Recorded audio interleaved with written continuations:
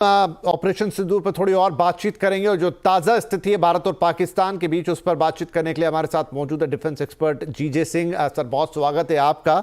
तो मेरा पहला सवाल आपसे यही होगा कि आज के जो ताज़ा डेवलपमेंट हैं, दो खबरें आज आई हैं। एक तो ये कि भारत पर पाकिस्तान की तरफ से कुछ अटैक्स करने की कोशिश की गई, जिसको भारत के एयर डिफेंस सिस्टम ने सक्सेसफुली न्यूट्रलाइज किया, और अब ये कि भारतीय सेना ने पाकिस्तानी एयर डिफेंस सिस्टम जो कि लाहौर में जिसका एक हिस्सा मौजूद है उसको डिस्ट्रॉय किया है। ये खबर है।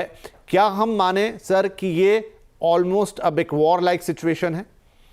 जी हाँ, बिल्कुल अभी वॉर लाइक सिचुएशन हो चुकी है, क्योंकि जब इंटरनेशनल बॉर्डर के ऊपर ऐसे एक्सचेंज हो जाते हैं तो उसका मायना ये निकल के आता है कि हमारी एस्केलेशन लैडर है, हम दोनों देश उस एस्केलेशन लैडर के ऊपर चले गए हैं।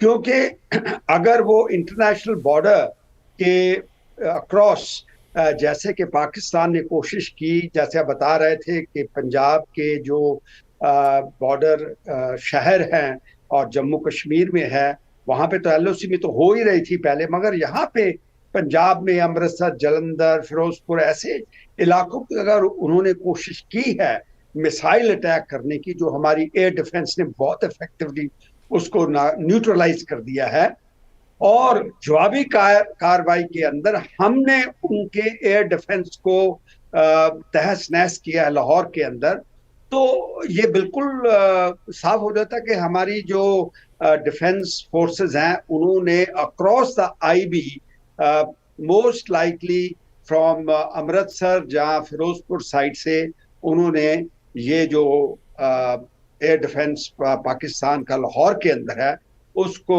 तहस नहस किया है, ताकि आगे आने वाले समय में उनके कोई भी हम उनके ऊपर एक्शन लेते हैं तो वो उनकी एयर डिफेंस जो है वो हमें कोई भी प्रॉब्लम नहीं करेगी। एक किस्म के लिए हमारे लिए कहीं भी जाना पाकिस्तान के अंदर, स्पेशली उनके पंजाब प्रोविंस के अंदर कोई भी टारगेट चीज करनी हुई तो उनके पास मेरे ख्याल में अभी एयर डिफेंस सिस्टम जो इतना नजदीक था पाकिस्तान बॉर्डर के पास उनका लाहौर में, वो नहीं रहेगा।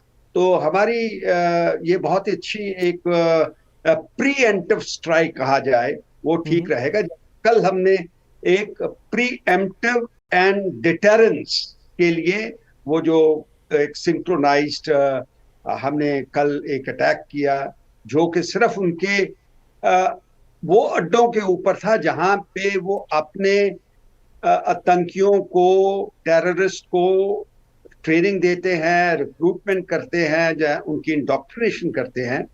हमने बहुत ही एक सोफिस्टिकेशन तरीके से, मैं समझूंगा कि जो लॉन्ग रेंज मिसाइल्स और स्मार्ट ग्लाइड बॉम्ब्स किए हैं, जो कि हमने राफेल, मिराज 2000 एंड सुखाई 30 मार्क 1 जो एयरक्राफ्ट्स हैं वहां पे रख के उनको उड़ाया हमने बॉर्डर के पास, मगर हमने ना तो एलओसी क्रॉस किया ना ही हमने इंटरनेशनल बॉर्डर क्रॉस किया, और उन्होंने वो नजदीक। तो सिंह साहब, एक सवाल और है ऐसे में मेरे मन में, वो ये कि आज तो हमने उनके एयर डिफेंस सिस्टम को तबाह किया, लेकिन जो हमारा ऑपरेशन सिंदूर था उसमें भी जैसा आप भी बता रहे हैं कि मल्टीपल वेपन्स के साथ हमने अंदर 100 किलोमीटर तक उनको मारा है।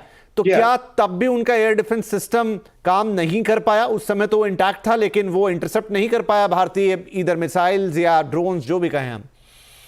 हाँ जी, बिल्कुल। इसीलिए हम कहते हैं कि एक प्रोफेशनल आर्मी होती है, एक रोग आर्मी है, जिसका ध्यान, जिनकी फोकस सभी सिर्फ टेररिज्म को जन्म देने के लिए या टेररिज्म को ट्रेनिंग देने के लिए लगी रहती है।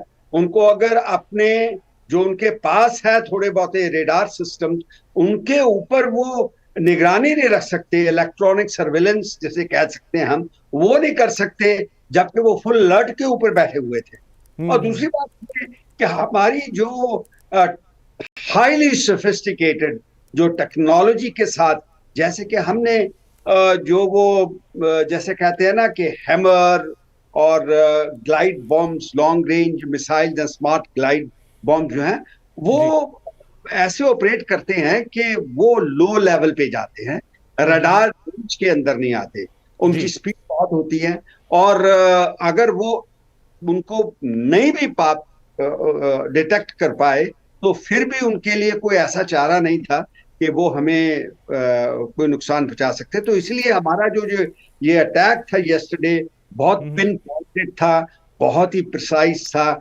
ऐसी पिन पॉइंट टारगेटिंग करके न्यूट्रलाइज करना, तो ये सिंह साहब, तो बहुत क्विकली हाई एक लेवल। सवाल मेरे मन में रहेगा, क्योंकि बिल्कुल आपके जवाब से भी लग रहा है कि पाकिस्तान एक inferior military power as compare to India. क्या अब जो सिचुएशन अभी बन गई है वो खुल के इंडिया के अगेंस्ट जाएंगे, या उन्हें भी पता है कि नहीं भाई हमारे पास बहुत सारी कमजोरियां, हम हेड टू हेड वॉर को गए तो नुकसान होगा और हम नहीं संभाल पाएंगे उसको, तो वॉर उस तरह से एस्केलेट नहीं करेगा?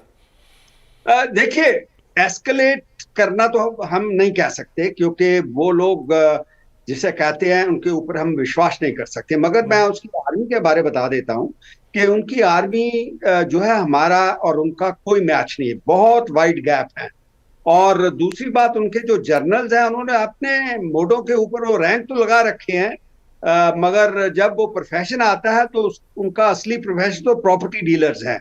वो रियल एस्टेट बिजनेस ज्यादा करते हैं या पोल्ट्री का करते हैं। बाकी जो उनका मेन काम है वो मैंने जैसे कहा, टेररिज्म को, जो आतंकी है उनको ट्रेनिंग देना है।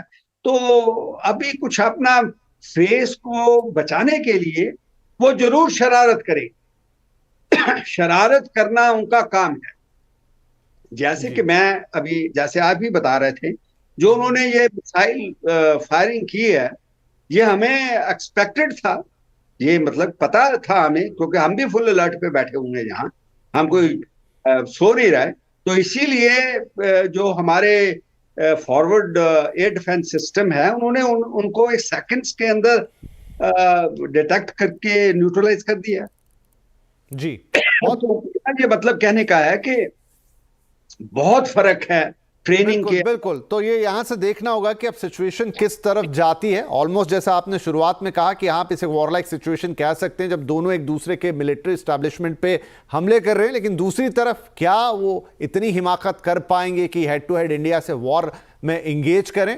शायद नहीं, मे भी आगे देखते हैं, लेकिन अगर करते हैं तो उतनी तैयारी उनकी है नहीं। बहुत शुक्रिया जनरल साहब। बहुत मार पड़ेगी और मार खाते रहेंगे। उनका एक ये भी एक करेक्टर है कि कई आदमी ऐसी होती हैं जो मार खाती रहती हैं, कुछ ना कुछ फिर भी हाथ पैर मारती रहती कहीं ना कहीं। ऐसी सिचुएशन मुझे आगे नजर आ रही है। जी क्योंकि जी, जैसे आपने देखा है कि इनकी जो इंडोक्ट्रिनेशन होती है वो तो इसी लेवल की होती है कि हम लड़ते रहेंगे, हम कुर्बानी कर देंगे, हम ये कर देंगे। अगर आप नहीं लड़ते तो इनके पास कैनन फॉडर बहुत है।